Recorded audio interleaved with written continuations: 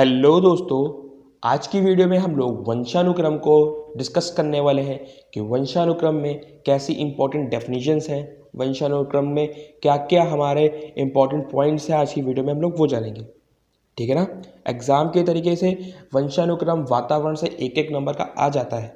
आज की वीडियो में वंशानुक्रम और नेक्स्ट पार्ट में हम लोग क्या समझेंगे, वातावरण, ठीक है ना।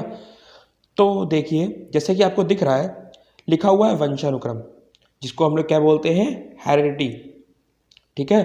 वंशानुक्रम को हम लोग आनुवांशिकता भी कहते हैं, ठीक है ना।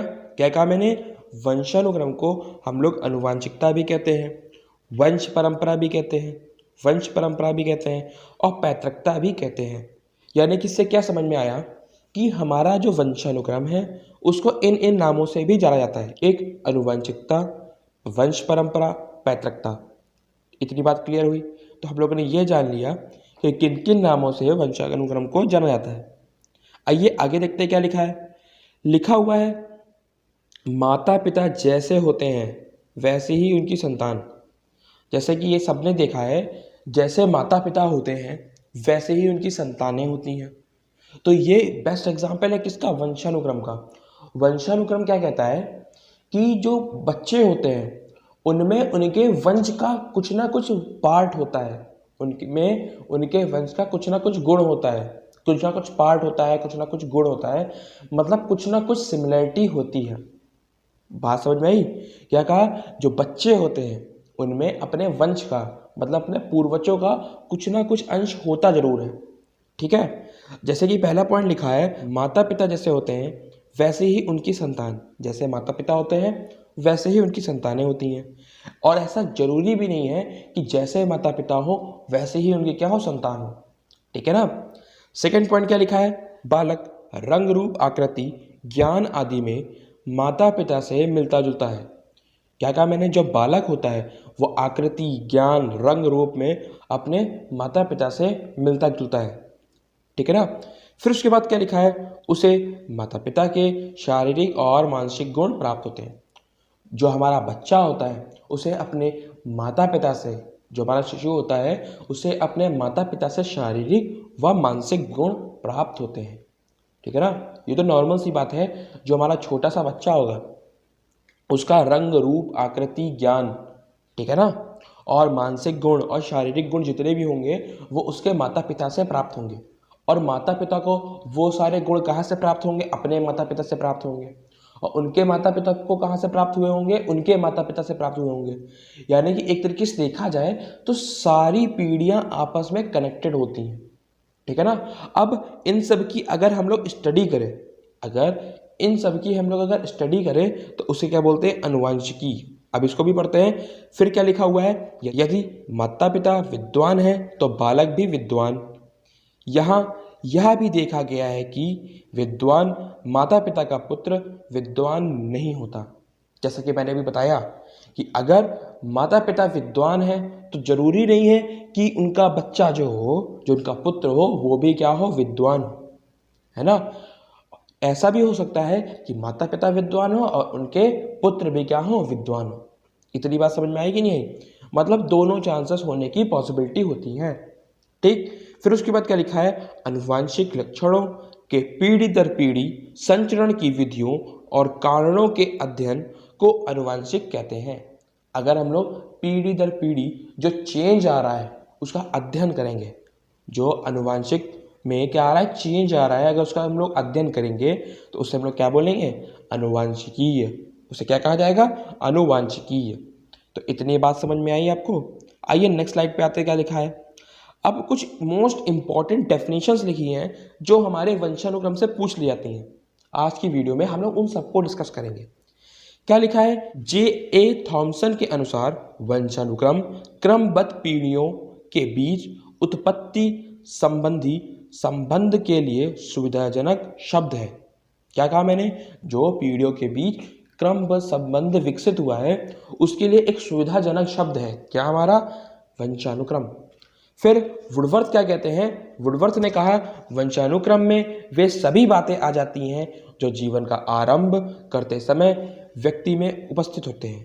ये जन्म के समय नहीं बल्कि गर्भाधान के समय जन्म से लगभग 9 माह पूर्व ही व्यक्ति में आ जाती हैं। वुडवर्थ का क्या कहना है, जो वंशानुक्रम है, जो गुण है, बालक के जन्म के बाद नहीं आते हैं, वो जन्म से पहले माँ के गर्भ में ही बच्चे में आ जाते हैं, शिशु में आ जाते हैं। ये कहना किसका था, हमारे वुडवर्थ का कहना था। फिर जेम्स ड्रेवर ने क्या कहा, माता पिता की जो शारीरिक और मानसिक विशेषताएं हैं उनका संतानों में संक्रमित होना ही क्या है, वंशानुक्रम है। आइए आगे देखते क्या लिखा है। रूथ बेनेडिक्ट ने क्या कहा, वंशानुक्रम माता पिता से संतानों को प्राप्त होने वाले गुणों का नाम है। जो गुण माता पिता से संतानों को मिलेंगे उसको ही हम लोग क्या बोलेंगे, वंशानुक्रम बोलेंगे। ये कहा रूथ बेनेडिक्ट ने।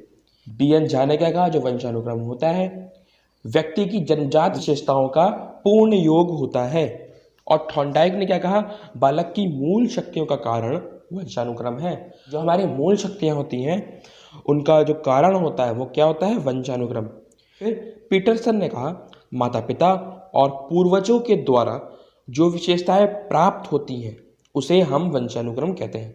ये एक बढ़िया सी डेफिनेशन है कि माता पिता और पूर्वजों से जो विशेषताएं प्राप्त होती हैं उन्हीं को हम लोग क्या कहते हैं, वंशानुक्रम कहते हैं। ठीक है, अब इन डेफिनेशंस को पढ़ के आपको वंशानुक्रम का कॉन्सेप्ट थोड़ा थोड़ा समझ में आ गया होगा। अब आइए वंशानुक्रम के कुछ इंपॉर्टेंट नियम्स होते हैं, यानी कुछ लॉज होते हैं, आइए उनको देख लेते हैं। क्या लिखा है, अर्जित गुणों के संक्रमण का नियम, यानी कि law of transmission of acquired traits. ठीक है ना, माता पिता द्वारा अपने जीवन काल में अर्जित किए जाने वाले गुण उनके संतान को प्राप्त नहीं होते। ठीक, तो ये क्या कहता है कि जो माता पिता जीवन भर करते हैं, जो गुण उनको प्राप्त होते हैं वो उनके बालक को प्राप्त नहीं होते। ठीक है ना, जो माता पिता अर्जित करके पूरे जीवन भर अर्जित करके गुण अपने में ले लेते हैं, ठीक है ना, वो वाले गुण बालक में नहीं जाते। ये किस में आता है, law of transmission of acquired traits. Common sense की बात है कि माता पिता ने जो अपने माता पिता से लिया होगा उसी को तो ट्रांसफर करेंगे। अब जो माता पिता खुद अपना अर्जित करेंगे, खुद अपना बनाएंगे, वो उसको ट्रांसफर नहीं करेंगे। ये लॉ ये कहता है। ठीक है ना। सेकेंड पॉइंट क्या कहता है, बीज कोश के निरंतरता का नियम, यानी कि law of continuity of germ plasm. इसके प्रतिपादक कौन थे, बीजमैन। इसको याद करने के लिए बीज और बीज, इसको याद करने के लिए बीज और बीज। ठीक, जन्म देने वाला बीजकोश कभी नष्ट नहीं होता। जो जन्म देने वाला बीजकोश होता है वो कभी नष्ट नहीं होता। बीजकोश का कार्य केवल उत्पाद कोशों का निर्माण करना है। जो बीजकोश का काम है वो केवल उत्पाद कोशों का निर्माण करना है।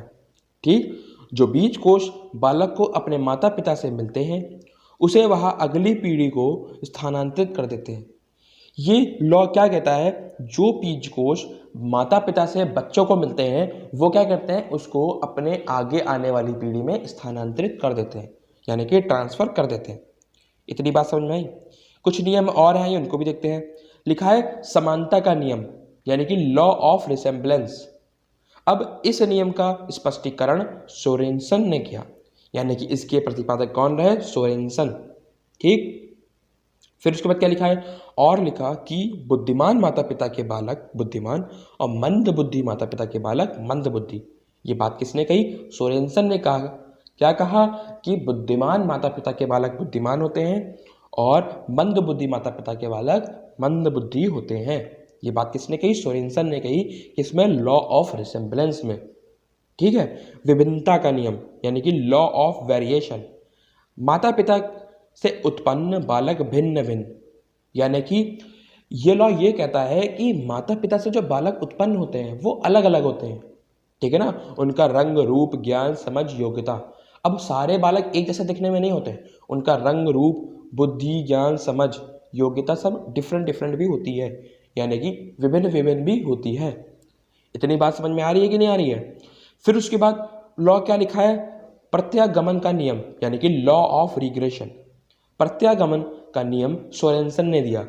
अब सोरेनसन ने ही प्रत्यागमन का नियम दिया। उन्होंने बताया कि माता पिता के विपरीत गुण भी बालक में उत्पन्न होते हैं। ये बात किसने कही, ये बात हमारी सोरेनसन ने कही। जो विपरीत गुण होते हैं माता पिता के वो बालक में उत्पन्न होते हैं। ठीक है ना। अब मेंडल का नियम क्या कहता है, मेंडल्स लॉ, यह नियम जोकोस्लाविया के मेंडल नामक फादरी ने दिया। एक मेंडल नामक फादरी थे, एक पादरी थे जोकोस्लाविया के, उन्होंने ये लॉ दिया था। अब मेंडल ने दो चीज़ों पे प्रयोग किया था, एक मटर पे किया था, एक चूहों पे किया था। ये इंपॉर्टेंट है, ठीक है ना।